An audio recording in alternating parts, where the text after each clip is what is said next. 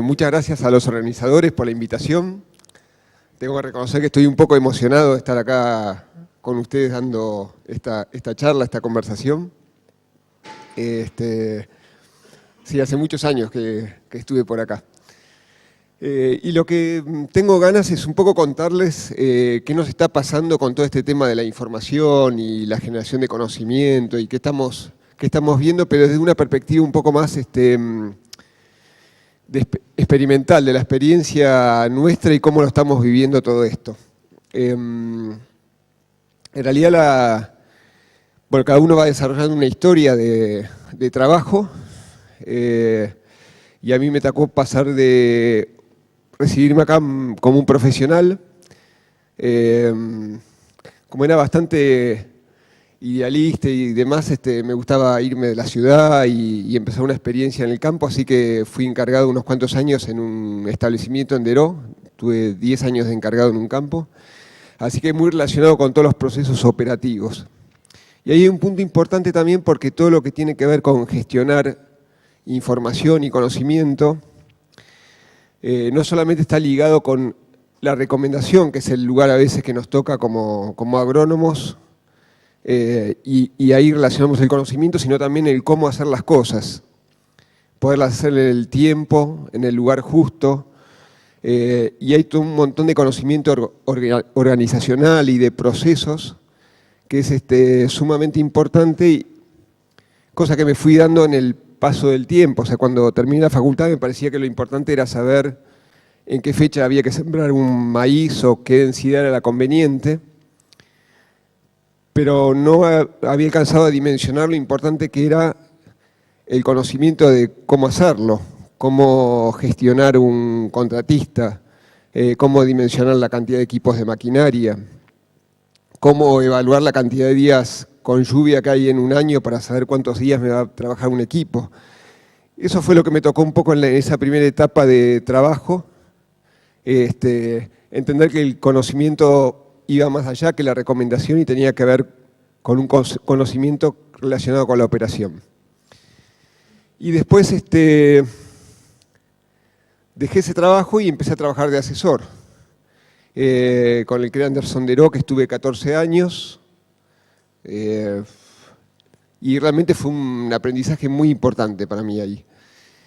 Y también uno va aprendiendo otra cosa, que el conocimiento no es algo que uno lo accede, lo aprende y después se dedica a trabajar, a operar. Nosotros yo por lo menos tenía un poco esa ingenuidad de creer, bueno, estoy en la universidad, primero aprendo, conozco y después me voy a dedicar a transferir todo ese conocimiento aprendido a los agricultores. Bastante equivocado estaba, es decir, me di cuenta que sabía muy poco y lo importante que era aprender de la operación misma, de la experiencia y de lo que se estaba haciendo. Y del dinamismo además que tenía eso. Así que en ese trabajo de asesor lo que a uno le toca mucho es ver qué hacen los agricultores, dónde aciertan, dónde no aciertan, y a partir de esos hechos emergentes poder ir construyendo técnicas apropiadas y consolidándolas, pero en un proceso sumamente dinámico. Un hecho que me afectó mucho también en la carrera, que fue con el CREA Anderson Deró, donde estaba trabajando de asesor, siempre los CREAs hacen viajes, ¿no? para ver cosas nuevas, distintas, y no quedarse encerrado en esa endogamia que es su propia experiencia. Y fuimos un año a Estados Unidos a ver los farmers de Illinois, de Iowa. Tengo que reconocer que me resultaban bastante aburridos como transmisores de tecnología y de cosas innovadoras. Así que cuando me tocó el segundo viaje, propusimos, ¿por qué en vez de ir a ver los agricultores, por qué no vamos también a California, a Silicon Valley, y vamos a ver qué está pasando con las empresas que gestionan información, tecnología? Y entonces fuimos ahí a San Francisco y raro, ¿no? Ir con un grupo de agricultores en vez de ir a mirar a agricultores ir a ver qué estaba pasando con la gestión de conocimiento, propiamente dicho, ya no con el conocimiento agronómico, sino con el proceso en sí de generar conocimiento. Y ahí fuimos a Berkeley, bueno, y varias empresas, SAN, varias empresas, Stanford, universidades de ahí, y nos empezaron a explicar los profesores los emergentes que estaba viendo. Realmente estaban viendo algunos emergentes de la manera en que se estaba generando el conocimiento importante. Si uno era, nos empezaron a, que ahora ya está recontratrillado, pero hablar de la web 2.0. Entonces nosotros veníamos del proceso CREA, que era intercambiar. Una vez por mes hacíamos la reunión en la casa de uno de los miembros, que es su campo, y transmitía sus problemas, sus aciertos, desaciertos, y entre todos íbamos construyendo conocimiento de manera colaborativa. Pero ahí, con este asunto de la visita a Silicon Valley, aprendimos el impacto que tenían las nuevas tecnologías en la generación de conocimiento. Y cuando nos empezaron a contar que era esto de la web 2.0, que ya la web no era una plataforma donde uno miraba vidrieras, como va caminando por la calle viendo vidrieras de locales, sino que los contenidos los iban creando los usuarios de manera colaborativa y con interacción, y eso era una novedad. Dijimos, esto para el proceso CREA que tenemos, que es la colaboración de los agricultores, es fenomenal. Entonces empezamos a introducir todo esto de las wikis y las formas colaborativas para generar conocimiento. Y ese fue un cambio importante porque eso me sacó un poco de la posición ya de ingeniero agrónomo, de profesional, y vi que había una oportunidad para ser emprendedor en esto de la introducción de tecnologías y de informática en el sector agropecuario. Así que vimos ahí todo lo que estaba pasando con la web y las plataformas web como una oportunidad para empezar a generar conocimiento a partir de la experiencia de los agricultores. Ese fue un punto importante, y el otro también que para mí marcó un cambio muy fuerte es la aparición de todo lo que tenía que ver con los sistemas de información geográfico. Esto de haber sido encargado y operar un establecimiento, aprendí, como les comenté al principio, que una cosa es el conocimiento de la receta y otra es operarla y ser justos en el tiempo y en el espacio. Y mucho del éxito, a veces cuando hablan del éxito o el fracaso de una empresa, no es tanto porque no sepa cuál es la fecha del maíz o no sepa cuál es el mejor híbrido, sino que con ese conocimiento no acierta su equipo operativo a hacerlo como corresponde. Esos son los conocimientos casi más, conocimiento organizacional y demás, casi más complejos.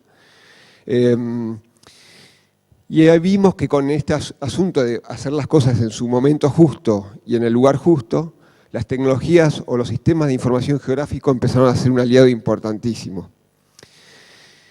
Eso nos cambió drásticamente la forma de entender la agricultura. Nos enseñó a que dejamos de operar por promedios, a empezar a entender las heterogeneidades, y nos empezaron a aparecer preguntas que no sabíamos cómo responderlas, porque todos los ensayos, todas las franjas que veníamos haciendo siempre eran el promedio del lote, de alambrado a alambrado, hacíamos una franja, la cosechamos y teníamos testigo y el valor del tratamiento. Pero resulta que esa franja estaba compuesta de una heterogeneidad y había una interrelación entre las respuestas y el ambiente que uno recorría en el lote. Y lo interesante es que todo este sistema de información geográfico nos permitían varias cosas. Una fue representar la realidad. Normalmente, como sistema de usábamos un mapa con los lotes y demás, donde teníamos el plan de cultivos y demás. Esa era nuestra representación de lo que íbamos a hacer. Pero resulta que con un sistema de información geográfico uno puede llegar a representaciones sumamente más complejas e incorporarle mucho más datos a esa representación. Entonces las TICs, las tecnologías de información, son un aliado muy importante para representar la realidad. Ahora, también aprendimos que esa representación es importante que sea una representación para uno, pero además que sea un lenguaje que nos permita colaborar con los demás e intercambiar. Entonces empezó a ser muy importante generar lenguaje común. Nos pasó, por ejemplo, en el oeste, que ahí comentaron que había sido coordinador de la zona oeste de ACREA, y uno tiene coordinados distintos grupos del oeste, teníamos que intercambiar conocimiento. Y lo que veíamos es que no teníamos una nomenclatura de ambientes. Unos a las lomas le decían lomas, otros le decían médanos, otros le decían copetes. Y cuando queríamos consolidar toda la información que se iba generando en los CREAS, esa falta de lenguaje común nos convertía todo este proceso de consolidación en algo muy engorroso. Entonces ahí empezamos a entender que atrás de una buena gestión de datos o de información no solamente tenía que haber tecnología, sino que tenía que haber hasta procesos culturales, como era esta cuestión de tener un lenguaje común. Otro elemento que apareció que fue muy importante a partir de estos sistemas de representación, de estos sistemas de información geográfico, es que las máquinas lo pueden leer. Esto de la aparición de los GPS realmente fue revolucionario. Piense que fue una tecnología usada para la guerra, en la Guerra Fría. Se invirtió mucha plata en tecnologías para la guerra, y uno de los inventos después de todas esas grandes inversiones que hubo fue el sistema de información geográfico, los GPS, que eso permitía a un misil dirigirlo y hacerlo entrar por una ventana de un objetivo sumamente preciso. Cuando se acaba la Guerra Fría, toda esa tecnología la ponen disponible para el mundo civil. El agro o el sector agrícola nunca hubiese podido hacer las inversiones necesarias para generar esa tecnología para su gestión. Y ahí la tuvimos, ahí disponible, entre comillas, casi gratis para nosotros. Entonces, resulta que habíamos logrado crear un sistema de información geográfica que nos permitía representar la realidad, reconocer la heterogeneidad, pero a la vez operar. ¿Por qué operar? Porque si un tractor tiene un GPS, un asemblador tiene un GPS, yo le puedo dar un mapa de ambientes y le puedo hacer una recomendación a cada parte de ese mapa, y la máquina de forma robotizada y automática actúa en relación a ese mapa. Ese es un cambio para nosotros espectacular, porque empieza a relacionar un sistema de gestión de información con la operación. Y ahí es donde se empiezan también como cosa interesante, a volver un montón de límites que antes veíamos claros, cada vez más difusos. Hoy comenté cuando empecé a conversar esto, de que uno de los límites que se me fue borrando es primero estudio, después trabajo. También se está borrando totalmente el límite entre lo que es gestión de conocimiento y la operación misma. Antes decíamos, hay lugares donde se gestiona el conocimiento, se desarrollan las recomendaciones y el sistema opera después tomando eso. Pero hoy todo ese sistema se entrelazó y esos límites se vuelven sumamente difusos y ya difíciles de separar. Creo que no es conveniente más separarlos. La operación ya en sí se está convirtiendo también en un sistema de generación de conocimiento. Entonces, decíamos, tenemos una representación en un mapa, ponemos dosis, ese lenguaje, que es un formato JAPE, un formato digital, ya se lo damos a la maquinaria para que opere. Y eso es una gran revolución. Antes a un tractorista le decíamos andar al lote 8 y echar tantos kilos de urea o tal densidad de plantas. Ahora el conductor del tractor, mucho más cómodo que antes, con aire acondicionado y demás, pone en el pendrive de su tractor, en su sistema, un mapa georreferenciado donde tiene distintas dosis en las distintas partes del lote. Entonces decimos, ya los sistemas de gestión de conocimiento, de información, hablan con las máquinas. Pero a su vez, las máquinas también hablan con los sistemas.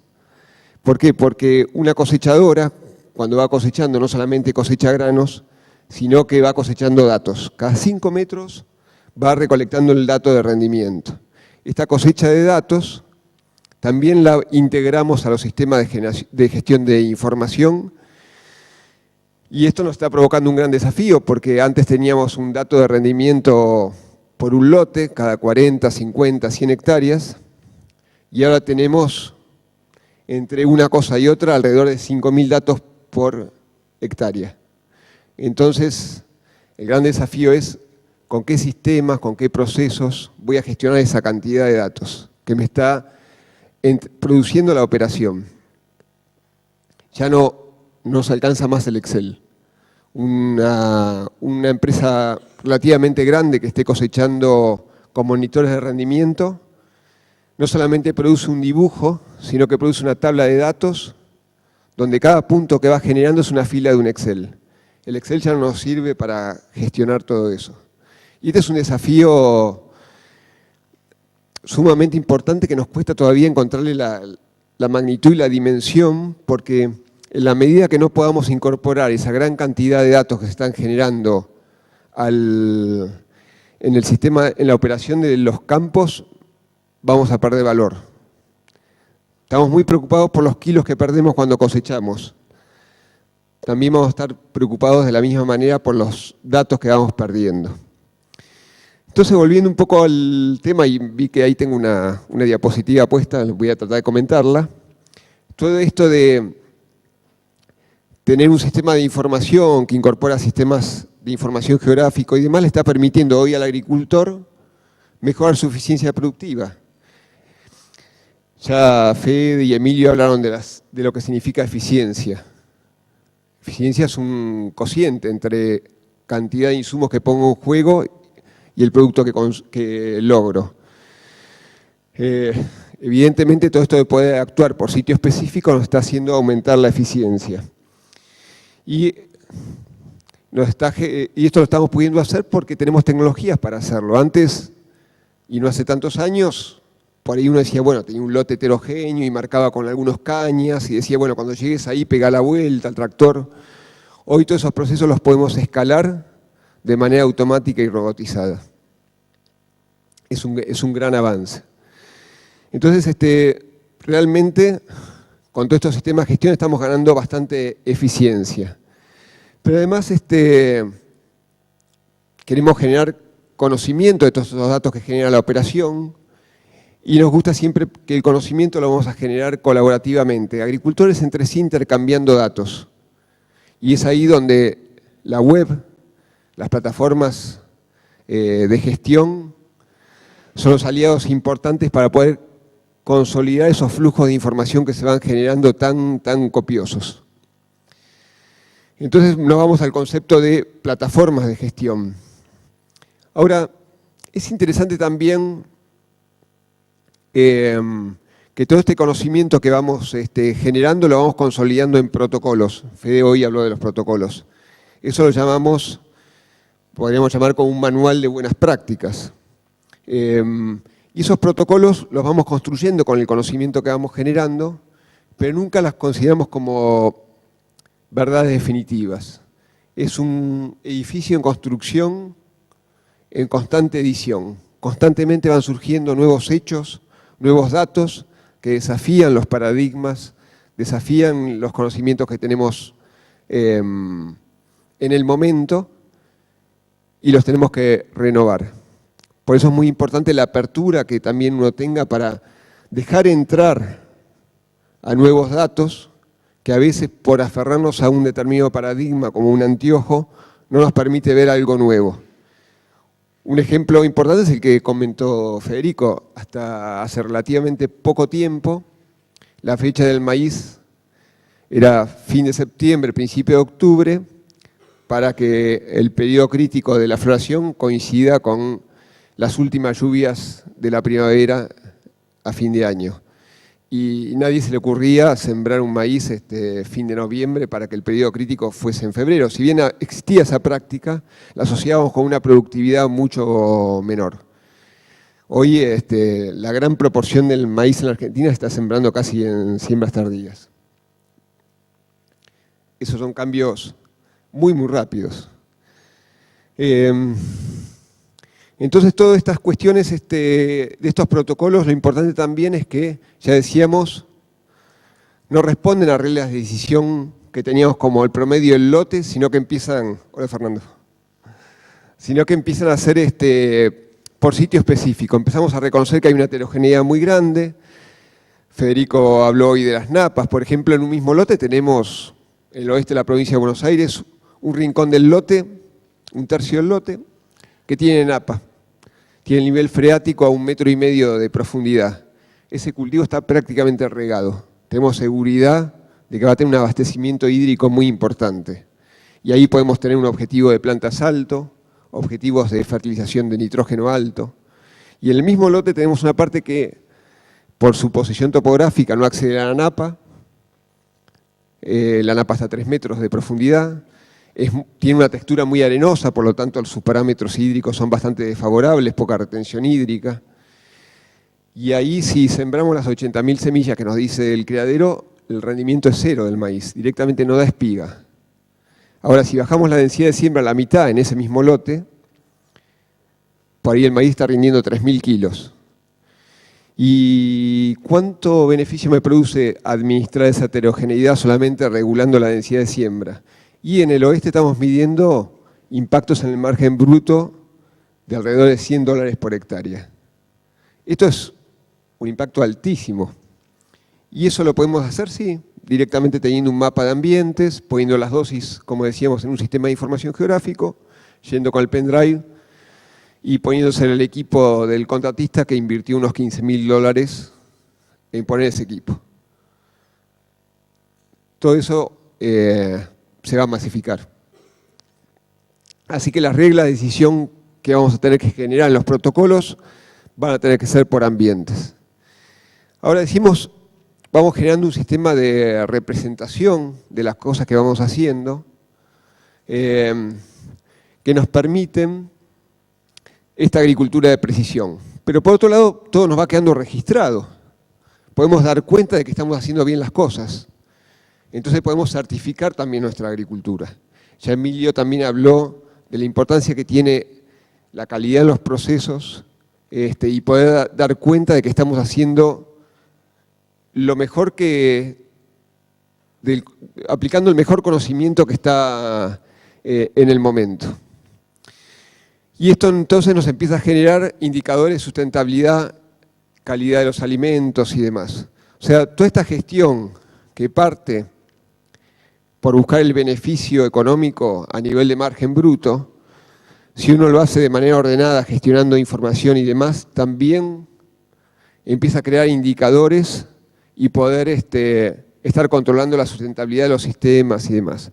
Y acá quiero transmitir una idea que tengo, y es que sabemos poco, la agricultura está en un proceso sumamente dinámico como administrador de recursos naturales. Realmente agarramos el suelo, lo sembramos, decidimos qué cultivo, y todo eso está teniendo un impacto muy, muy grande en el sistema. Y no sabemos muy bien dónde vamos porque tenemos tanta innovación en el sistema que no tenemos historia. Hace relativamente pocos años trabajamos los lotes con arado de reja y vertedera. Hoy los trabajamos en directa. ¿Sabemos lo que pasa con años de directa? Muchos años de directa, y no lo sabemos, no tenemos esa historia. Pero esos muchos años de directa, ¿va a ser una realidad? No, tampoco, porque va a haber otra innovación y este sistema va a ser dinámico. Entonces, no es tanto lo que vamos a poder aprender a través de la repetición histórica de lo que venimos haciendo. Y lo que tenemos que generar son elementos sensibles que podamos monitorear. Uno, el más universal, es el contenido de materia orgánica, por ejemplo, contenidos nutrientes como fósforo, poder monitorear esos elementos para poder ir sabiendo cómo vamos con la marcha, con este devenir de cambios tecnológicos. Yo no voy a poder hacer ensayos de 100 años para ver si un sistema de labranza es mejor que otro, porque al cabo de 100 años ese sistema no va a estar más tampoco. Pero sí tengo que monitorear muy bien indicadores ambientales que me permitan ir sabiendo la marcha de devenir histórico-tecnológico. Por eso creemos que es muy importante eso, y eso hay que darle mucho soporte, porque estamos haciendo análisis de suelo, pero esos análisis de suelos no están integrados en una gestión, quedan ahí en papeles, en carpetas, no están georreferenciados, no podemos saber cómo vamos evolucionando. Tenemos que tener muy claro cuál es el propósito que tenemos que tener en mucha gestión de información. Bueno, esto es lo que están haciendo los agricultores. Y una más. Dale un... No, dale un clic. Ahí está. Y acá los 5 minutos que me faltan, voy a tratar de transmitir otro concepto que es más que un concepto, es otra cosa, no sé, como una actitud distinta que aprendí también trabajando. Acá puse que el agricultor no solamente tiene que ser un agricultor eficiente, sino que el agricultor es un agricultor público. ¿Qué quiere decir esto? El agricultor está usando un recurso natural, la tierra, agua. A toda la comunidad le importa qué hace el agricultor con esos recursos. Antes el agricultor era soberano, es decir, yo soy dueño de esta tierra, acá puedo desmontar, puedo trabajar con reja todo el tiempo que se me quiera y si el campo se me vuela no me importa. Pero eso cambió. Hoy a toda la comunidad le importa qué hace el agricultor con sus recursos, con los recursos naturales que usa. En realidad, en un punto, el agricultor perdió soberanía sobre la propiedad de los recursos naturales que administra. Toda la comunidad está mirando. Y ahí tiene que hacer entonces también un marketing. En general siempre nos dice, cuando salimos a la facultad, vender es algo feo, ¿no? Como decir, la actividad comercial es algo desagradable, a mí no me gusta vender, pero siempre tenemos que estar pensando de que tenemos que hacer algo que nos gusta, tenemos que creer en lo que hacemos y tenemos que mostrárselo a los demás. Hoy la agricultura tiene que hacer un esfuerzo mayor en mostrarle al resto de la sociedad que está usando bien los recursos, que está haciendo bien las cosas y vender la idea de que está siendo sustentable y produciendo externalidades positivas. Entonces ahí entra toda una cuestión de marketing, y ese marketing no es decir mentir, es usar la información que vamos generando para mostrar que además de crear alimentos, estamos produciendo externalidades positivas en el cambio, en el carbono, en el cambio climático, en un montón de cosas. ¿Por qué? Porque hay una comunidad global de consumidores, pero esa comunidad global no solamente se preocupa porque produzcamos muchos alimentos, sino se preocupa mucho cómo los hacemos. Dale otra más. Y para terminar, ese agricultor tiene que estar integrado a la cadena y a la comunidad. Eso significa que tiene que estar sensible a esos requerimientos que está teniendo toda la sociedad en esa administración de recursos naturales y cuál es la calidad del alimento que está requiriendo. Por eso decimos que es también un agricultor sensible a la comunidad y que va integrando a sus protocolos de buenas prácticas, no solamente aquello que tiene que ver con la eficiencia, aquello que tiene que ver con voy a tratar de gastar la menor cantidad de nitrógeno posible por unidad o tonelada de maíz producida, sino también tiene que integrar aquellas prácticas que impliquen producir externalidades positivas con el uso de los recursos naturales. Y acá un poco también me apoyo en lo que decía Emilio, de que tenemos que ver esto como un sistema complejo. Y bueno, por suerte, ¿no? Porque la verdad que si todo esto fuese simple, lineal, yo creo que al poco andar ya nos estaría aburriendo. Por suerte se ha convertido en algo complejo, dinámico, incierto. Y el gran desafío que hay para mí en esta cuestión de el conocimiento, que es el tema que nos está ocupando en este bloque, es darnos cuenta también que sabemos poco eh, que lo que sabemos son paradigmas, por lo tanto no son verdades. De lo único que podemos decir un paradigma es si es útil o no es útil, pero seguro que no es verdad. Y el asunto es, y la pregunta, ¿cómo navegar en este mundo más incierto que nos está tocando? Muchas gracias.